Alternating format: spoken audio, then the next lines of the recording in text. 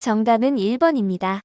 판례는 세무공무원이 국세의 징수를 위해 납세자의 재산을 압류하는 경우 그 재산의 가액이 징수할 국세액을 초과한다 하여도 중대하고 명백한 하자가 있는 당연무효의 처분이라고는 할 수 없다고 봅니다.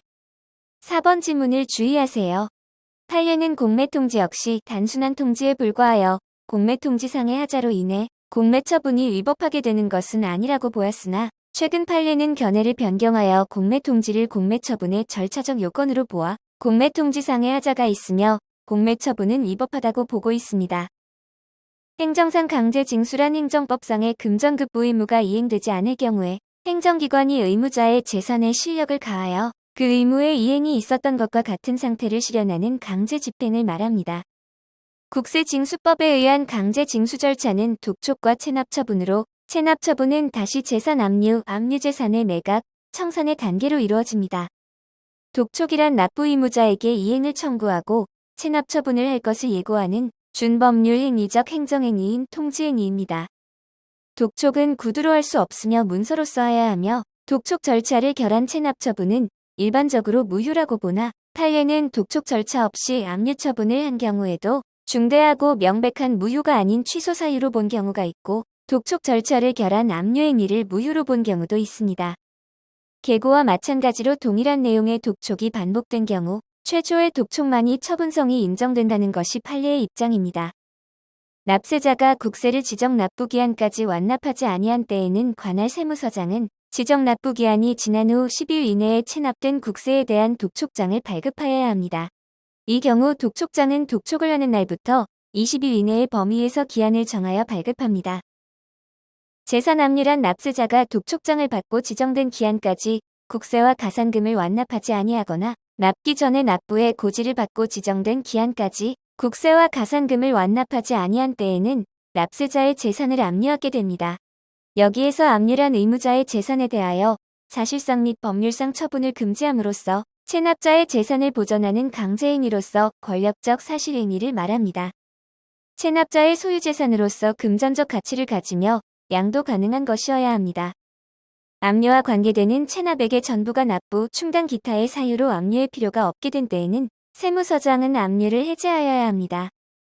납세자가 아닌 제3자의 재산을 대상으로 한 압류는 법률상 실현될 수 없는 것이어서 당연 무효라는 것이 판례의 입장입니다. 체납자가 사망한 후 체납자 명의의 재산에 대하여 한 압류는 그 재산을 상속한 상속인에 대하여 한 것으로 봅니다. 압류재산은 금전을 제외하고 매각하여 금전으로 환가하여야 합니다.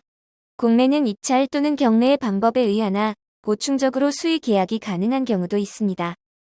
세무서장은 한국자산관리공사로 하여금 공매를 대행하게 할 수 있으며 이 경우 공매는 세무서장이 한 것으로 봅니다. 한국자산관리공사의 공매 결정은 처분이 아니라 내부적 의사결정에 불과하여 처분성이 부정된다는 것이 판례의 입장입니다. 나아가 공매통지 역시 단순한 통지에 불과하여 공매통지상의 하자로 인해 공매처분이 위법하게 되는 것은 아니라고 보았으나 최근 판례는 견해를 변경하여 공매통지를 공매처분의 절차적 요건으로 보아 공매통지상의 하자가 있으며 공매처분은 위법하다고 보고 있습니다. 매각의 법적 성질은 공법상 대리로서 우월한 공권력의 행사인 행정처분이며 공매에 의하여 재산을 매수한 자는 취소된 공매처분에 대하여 법률상 이익이 있다는 것이 판례의 입장입니다. 수의 계약에 의하는 경우에는 사법상 계약으로서의 성질을 갖게 됩니다. 판례는 매수인이 공매 절차에서 취득한 공매재산의 시가와 감정평가액과의 차액 상당을 법률상의 원인 없이 부당이득한 것이라고 볼 수 없다고 보고 있으며 공매재산이 부당하게 저렴한 가격으로 공매된 경우 그 공매처분은 당연 무효가 아니라 취소 사유에 해당한다고 보고 있습니다. 청산이란 압류금전, 체납자 제3채무자로부터 받은 금전, 매각대금, 교부청구로 받은 금전을 국세, 가산금과 강제징수비 기타 채권에 배분하는 절차를 말합니다. 종전 국세징수법에 있던 가산금과 중가산금 규정이 폐지되고 국세기본법에 납부지연 가산세로 통합되었습니다. 기존의 가산금 3%에 상당하는 납부지연 가산세 3%가 신설되었고 중가산금은 고지된 납부기한 이후의 경과일수에 만분의 2.5를 적용한 비율만큼 가산세가 부과됩니다. 독촉 체납 처분이 위법 부당한 경우에는 행정쟁송 절차에 의하여 그 취소 또는 변경을 청구할 수 있습니다. 다만 행정쟁송 절차 중 행정심판에 있어서는 일반 행정심판법이 배제되고 국세기본법에 특별한 절차가 적용됩니다.